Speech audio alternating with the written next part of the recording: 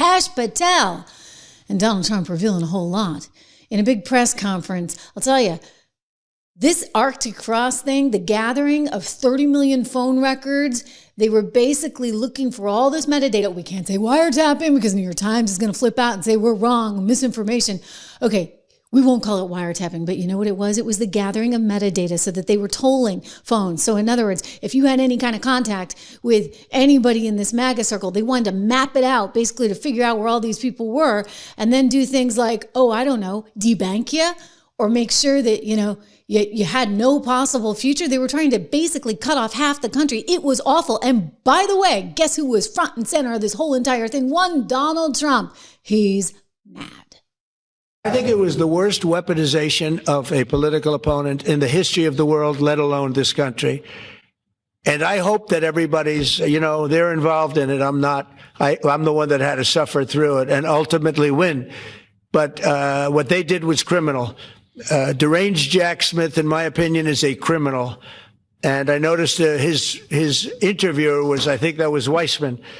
And I hope they're going to look into Weissman, too. Weissman's a bad guy. And he had somebody in Lisa, who was his puppet, worked in the office really as the top person. And I think that she should be looked at very strongly. There was tremendous criminal activity having to do. If we don't have fair elections in this country, we're not going to have a country. And I've said it from the beginning, fair elections and borders. And we need also fair press, because if you don't have fair press, it's very tough. I mean, he had everything stacked against him, everything, including Jack Smith with the investigation. He had Timothy Thibault gathering metadata information. Why were they doing this? Because they wanted to figure out who their enemies were, who was in control. They were going after, for goodness sakes, Charlie Kirk's Turning Point USA organization. I mean, I don't know. I told you guys I got so many calls from my bank during those years. I was like, why am I suddenly so popular? I've had this bank account for years. I think I know why. Because I was probably one in the 30 million phone records. This, Donald Trump said, is a massive political crime. They have committed massive political crime. I hope they're looking at Shifty Schiff. I hope they're looking at all these people. And I'm allowed to find out. I'm allowed to, I'm, in theory, the chief law enforcement officer. But I have a very good, talented group. This is about something else. But I hope they're looking at political crime, because there's never been so much political crime against a political opponent as what I had to go through. They raided my house in Florida. It was an illegal raid. They raided illegally my house in Florida, Mar-a-Lago. They went through the drawers of my young son. They went through all of the cabinets and drawers of the First Lady. She walked in, she said, wow, what happened? Because she's very meticulous, and this wasn't so meticulous. As she looked into the drawers and she saw everything a mess. It's what they did against a person that just got out of office. And then you look at these corrupt people. You look at Hunter Biden. You look at the signature. As an example, the auto pen. I just signed so many different things. I'm signing them left and right, the commissions. I mean, that's a whole other thing, right? The auto pen. They had somebody propped up there who was seriously suffering from a mental decline. Speaking of which, did you see poor McConnell today? Gosh, he's supposed to retire in 2027. I'm thinking he might want to do that a little bit earlier. We're putting that on the shorts feed. Anyway, that's rather sad to see. I will say this. It's unbelievable, though. The mainstream media, the legacy media, they continue to sit there and say, oh, Donald Trump's weaponizing things. Donald Trump is wrong to go after John Bolton. Donald Trump is wrong to go after Letitia James. I mean, I'm sorry, Letitia. You're the one who tried to well, you did. You got a couple of mortgages as though it was a primary and secondary residence for two different homes that were actually apparently income properties. Oh, you can't do that. Sorry. Those in glass houses. Anyway, here's MSNBC saying, oh, this is just about weaponization. It's not. What about the other names that Donald Trump listed off yesterday in the Oval Office? Yeah, look, all of those people, we know that there are some investigations already ongoing, but Donald Trump has made very clear that he is directing his Justice Department to investigate his enemies. I mean, he made it clear in a Truth Social post, which is reportedly was intended to be a private message to his attorney general. And we're seeing evidence of it all over the place, of career prosecutors under pressure to bring cases, whether there is merit or not. That is, as the senator said, that is a crisis of democracy. That's something we've never seen before. And the Justice Department historically has been independent. It doesn't appear that it's independent right now. And as Donald Trump himself said, he's the chief law enforcement officer. He said he hasn't been involved in these cases, but the evidence suggests if he's not involved, people close to him at the White House are certainly driving this train case. I'm sorry, we're supposed to roll over and play dead? You guys are like out there mapping 30 million phone records, trying to figure out who's talking to who, where they're talking to them. And by the way, the timeline on this stuff is just scary, because basically as soon as Donald Trump said he was going to run again, they went into high gear to try and stop him. And so that's what so much of this is about. And you know who's going to talk to me about that momentarily is, of course, Eric Trump, who has a lot to say. I mean, he and his family went through hell and back. But, you know, look, they lived to tell about it. Didn't they ever? I just got to say, this is bonkers. As the president so eloquently puts himself. I watch the fake news, and he's weaponized, and he wants to send them to prison. He wants all this. They indicted me like 5 times. I took a mugshot. Who would have thought it turned out to my favor? Because it was a good shot. But I had to take a mugshot. It's right out there on the door. New York Post, front page of every paper in the world. I had a mugshot. They wanted to send me. Nobody says that.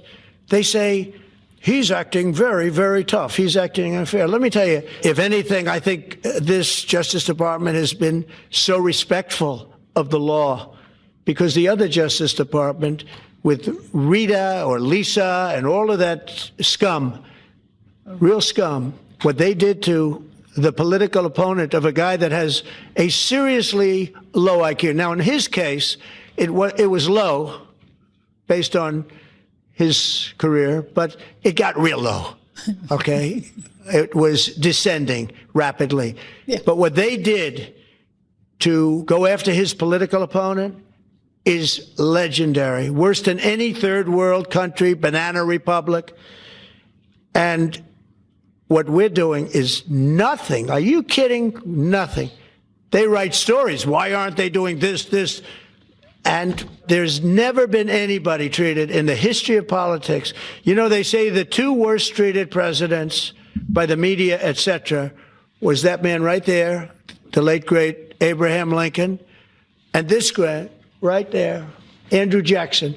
They say Andrew Jackson was treated terribly. They give him number 1 and number 2, but that was before I came along, Newt. I say I have number 1 times 10. Number 1 times 10. You can say that again.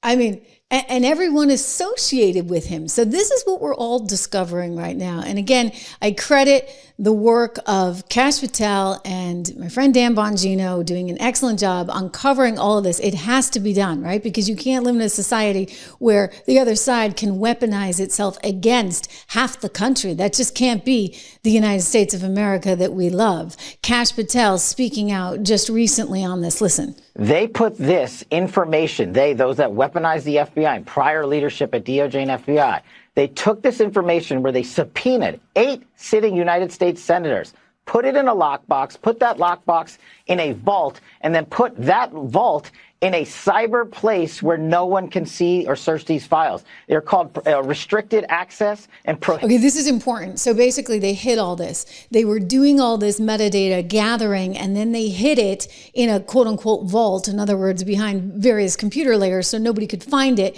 And these guys went in and found it with the help of some whistleblowers. Prohibited access. Restricted access means some people get to see it. Prohibited access, you put it in there when you want to hide it from the world, and that takes the authorization of the Attorney General and the Director of the FBI. So not only did they weaponize this law enforcement, but when we got in there, and when I got in as the FBI Director, from my experience as Russiagate, I knew where to look and what rooms to open and what doors to kick down. And that's what we did. We found this information to expose the politicization by Jack Smith and the prior Department of Justice. I mean, just think about it. 8 sitting United States senators phone records were gathered and subpoenaed through the grand jury process, and it was buried and wormholed. It was the hope that no one would find it. So we're just scratching the surface here, but accountability is coming. You're darn right I fired those agents. Okay, and so they fired all of those FBI agents that were involved in that metadata gathering.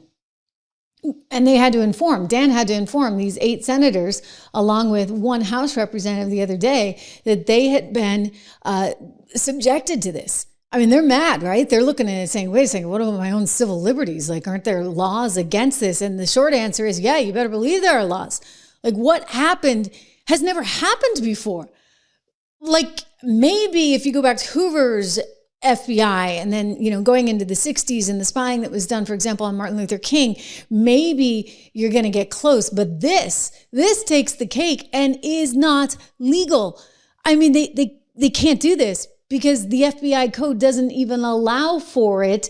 But effectively, what we believe was really going on was that they were trying to create an enemies list. They were trying to make sure that they could cut off half the country, all in the name of preserving democracy, right? That's what we heard day in, day out. After J6, they decided to use the J6 case, although they came forward like years after, right? I mean, just looking at the timing, J6 happens, J6 2021, you have the Capitol riot, and the Democrats win the Senate and House very narrowly. And then throughout February through April of 2022, that's when Timothy Thibault starts that Arctic frost thing. And Timothy Thibault, he goes in and he decides he's going to initiate this investigation himself. And not only is he going to initiate it, he's going to actually okay it.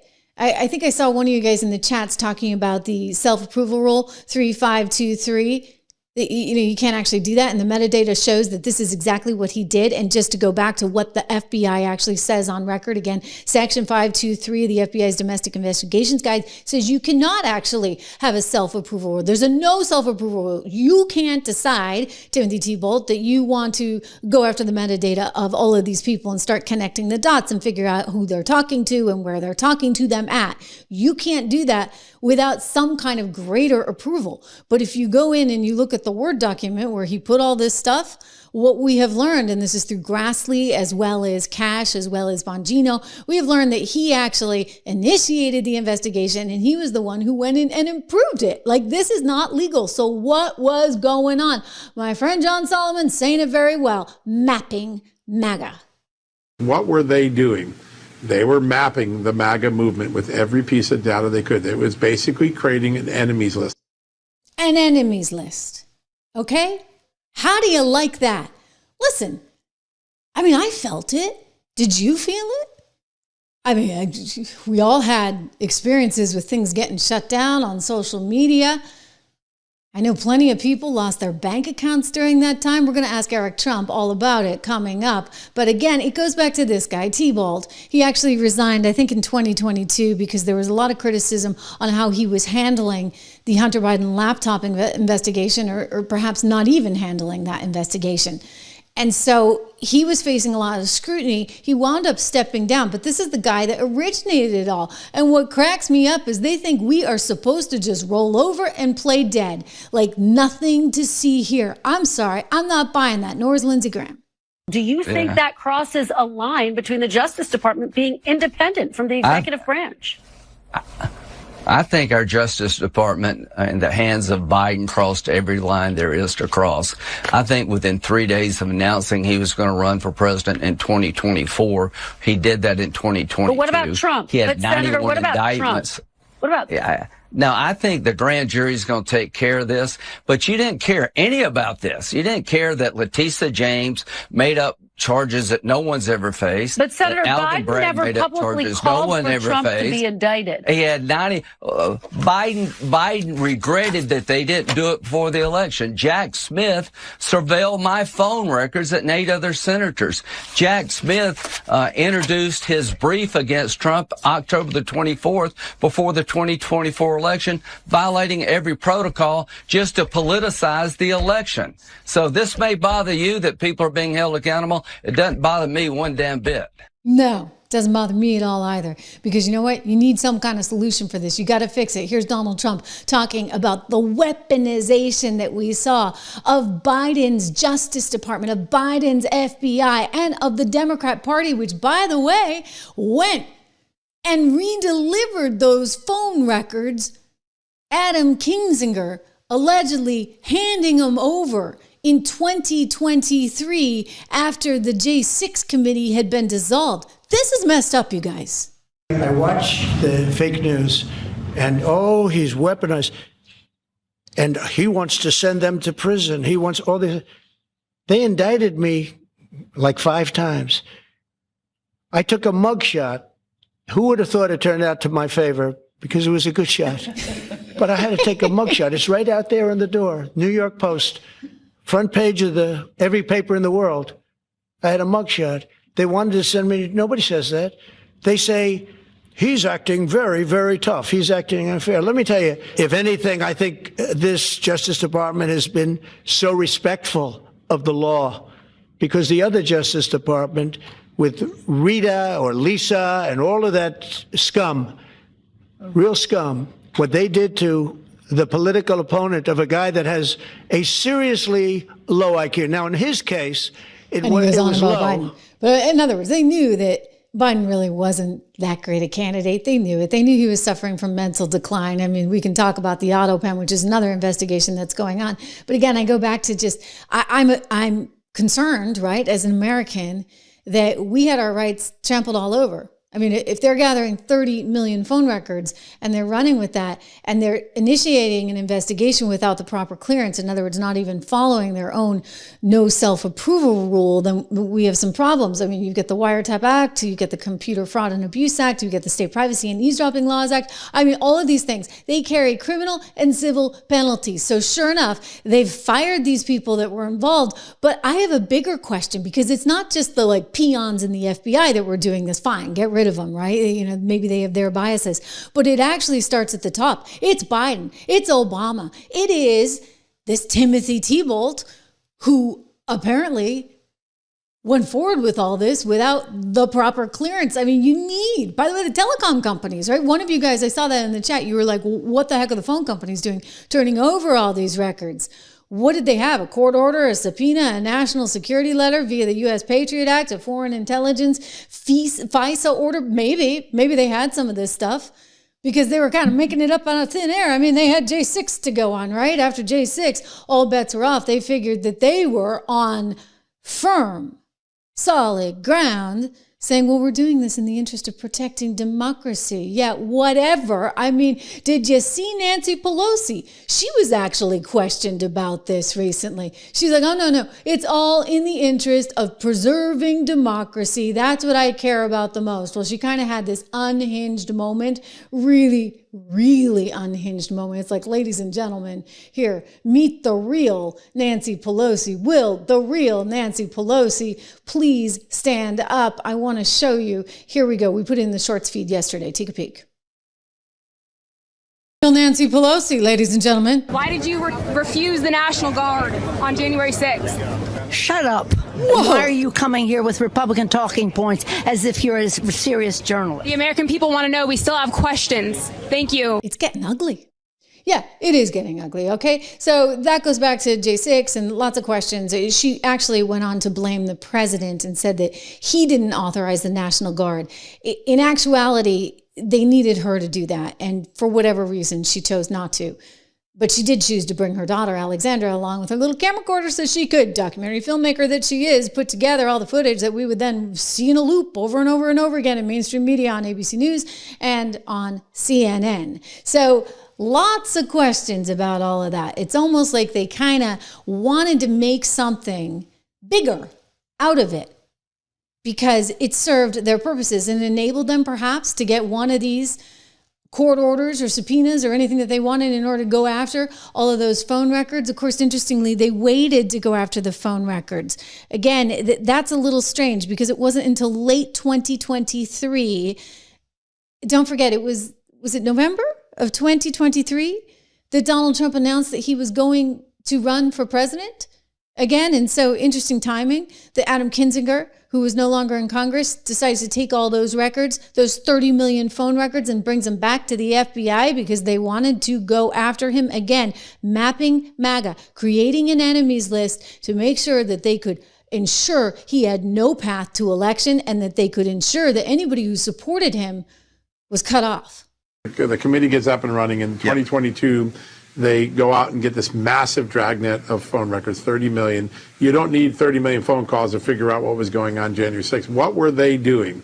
They were mapping the MAGA movement with every piece of data they could. It was basically creating an enemies list. That's what the J6 committee was doing in this project. And think about the scope and scale of what they've now done. 30 million lines of phone records trying to figure out everybody who talked to the Trump White House. 92 groups, including Charlie Kirk's TPUSA and everybody else in the conservative movement. 8 members of Congress in the Senate, 1 member of the Congress in the House. They were mapping an enemies list. This was an investigation purportedly to solve what happened at the Capitol that instead was trying to figure out who are the movers and shakers in the MAGA movement that we can stop in 2024. So that's what they were up to. Okay, now it all makes all the sense in the world. I mean, totally makes all the sense in the world. And the timing, again, timing. Think about the timing. Because they waited on the J6 investigation. It was like, is he going to run? Is he going to run? Is he going to run? They start the Arctic frost investigation at least a year and change after the J6 incident.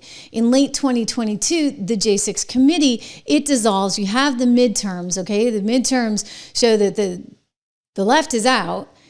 And then they start collecting the toll data? Like, does that not seem just a little peculiar?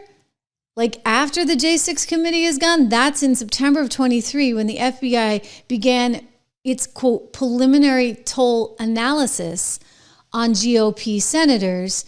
Anybody who had interacted with the Trump White House, they were suddenly being put under a magnifying glass.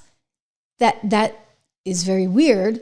But again, Solomon's done some good reporting. I want to go back to him for a second. That plot gets stopped by the American people in December 2022 because Americans choose Republicans. Republicans come in. The Democrats get thrown out of the House. A year later, when Adam Kinzinger is no longer a member of the committee, right. He's no longer a member of the House. He no longer has protection of the speech and debate clause. He's calling up the FBI and trying to give them these records, which, by the way, the FBI would never have been able to get this large a swath of records. It's just too broad a request, right? There wouldn't be a legitimate investigative need for that many records. He's trying to say, hey, I don't know, but let's just get them to you guys. He's making that call in December of 2023, 4 years after most of the cases have already been brought in January 6th. Why is he doing that? He's not doing it for some legislative purpose. He's not doing it for some criminal purpose, because J6 is mostly solved by that point. He's doing it to try to give the FBI one more piece of weaponry to stop Donald Trump from winning the presidency in 24. That's what is so concerning. It's a civil liberties violation that then gets politically weaponized by offering it to the FBI. My gosh.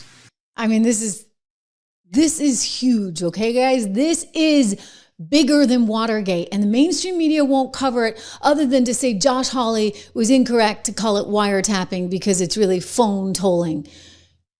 I don't care. This is not okay. What were they really up to? I think they were trying to figure out just exactly how they could disband all of this. And you know, they had the mainstream media cooperating every single step of the way, and they had their peeps. They had Letitia James, they had Alvin Bragg, they had Fannie Willis, they had Jack Smith, all there working overtime to try and help them out.